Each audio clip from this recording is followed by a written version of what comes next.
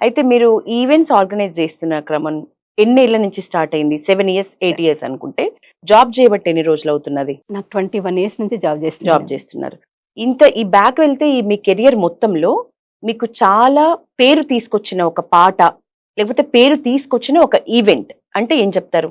Last 1 year back నేను రాఖీ పండుగ మీద సాంగ్ చేశాను. దాన్ని మన సుద్దాల అశోక్ తేజ గారు ఆవిష్కరించారు. యామిని గారు, రాఖీ మీద మీరు పాడిన పాట ఒకసారి మా కోసం, మా పల్లవి టీవీ ప్రేక్షకుల కోసం. అయితే కామన్ గా మనం రాఖీ సాంగ్ అనగానే అన్నా చెల్లెళ్ళ అనుబంధం, అవును, ఫ్యామిలీ సిచ్యుయేషన్, అంతే. ఫ్యామిలీలో ఉండేటువంటి అనురాగాలు అవి మనకు గుర్తొస్తాయి. కానీ నేను కొంచెం భిన్నంగా సబ్జెక్ట్ తీసుకున్నాను. ఎక్కడైనా అన్న చెల్లెళ్ళు అంటే ఎక్కడ అన్న చెల్లెలైనా అన్న చెల్లెళ్ళ అనుబంధమే. కానీ తల్లి తండ్రి ఎవరూ లేని ఒక అనాథకి ఇంకొక అనాథ చేరువైతే ఆమెని చెల్లిగా ఫీల్ అయితే ఎలా తను ఆ రాఖీ పండుగని సెలబ్రేట్ చేసుకుంటాడు అనేటువంటిది తీసుకొని చేశాను. నింగిలోని నక్షత్రాలు నేలకు వాలాలి, నా చెల్లితో ఆడాలి, కమ్ముకున్న ఈ చీకటంతా దూరం కావాలి, ఆకాశం దుప్పటి కప్పాలి, లోకం చప్పుడు ఆగాలి, కాకుల గోలను ఆపాలి, నా ఊపిరి రక్షగా ఉండాలి, కంటికి రెప్పగా కాయాలి, మిరిసిటి వెన్నెల ఈ చల్లగాలి, అమ్మల్లే జోల పాడాలి, నా గుండె బరువుని దించాలి.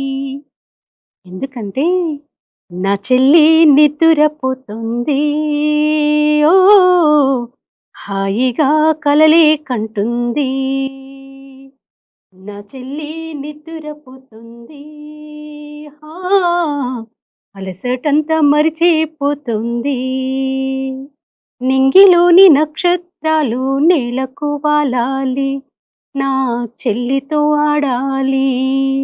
కన్నది ఎవరో తెలియని ప్రశ్నే తిరిగే నాకు తోడుగా కలిసావే, తాడు బొంగరల్లేని ఇద్దరిని చెత్త కుప్ప రుణబంధమై కలిపిందేమో, ఇంగిలిస్తరాకు ఆకలి తీర్చి కడుపు నింపుతుంటే, కన్నిటి గంగా దాహమే తీర్చి చెంపని మిరిపోతే, వేదనంతా నీ చిరునవ్వు చూసి మంచు మళ్ళీ కరిగిపోయిందో, బాధనే తుడిచి వేసిందో, మరి నా చెల్లి ఆడుకుంటుంది, ఓ కళ్ళల్లో మెరుపే నింపింది, నా చెల్లి చిత్రాలు చేస్తుంది, గుండెకి గాలం వేసింది, నింగిలోని నక్షత్రాలు నేలకు వాలాలి, నా చెల్లితో ఆడాలి, కమ్ముకున్న ఈ చీకటంతా దూరం కావాలి, ఆకాశం దుప్పటి కప్పాలి.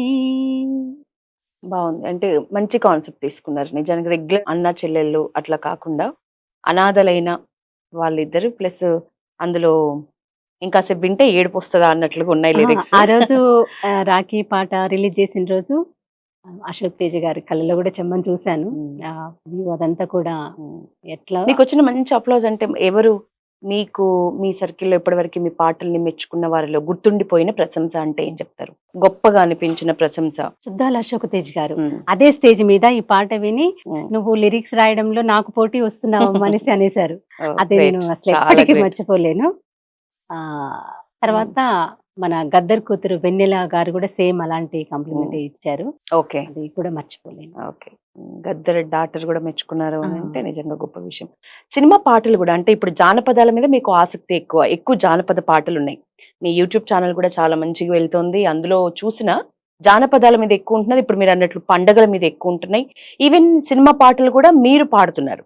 సో మా పల్లవి టీవీ ప్రేక్షకుల కోసం ఒక్క సినిమా పాట.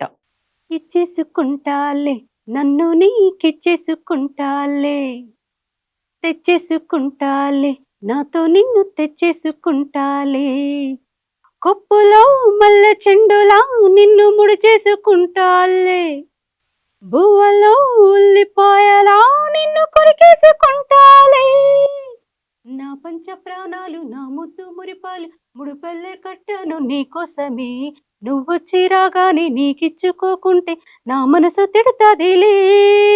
ఇన్నాళ్ళు ఈ సిక్కు ఏ సంతకెళ్ళిందో ఈ రోజే తిరిగొచ్చినట్టుందిలే. గుండెల్లో ఉన్నోడు గుమ్మల్లోకొచ్చాడు అని ఎవరో చెప్పుంటారే.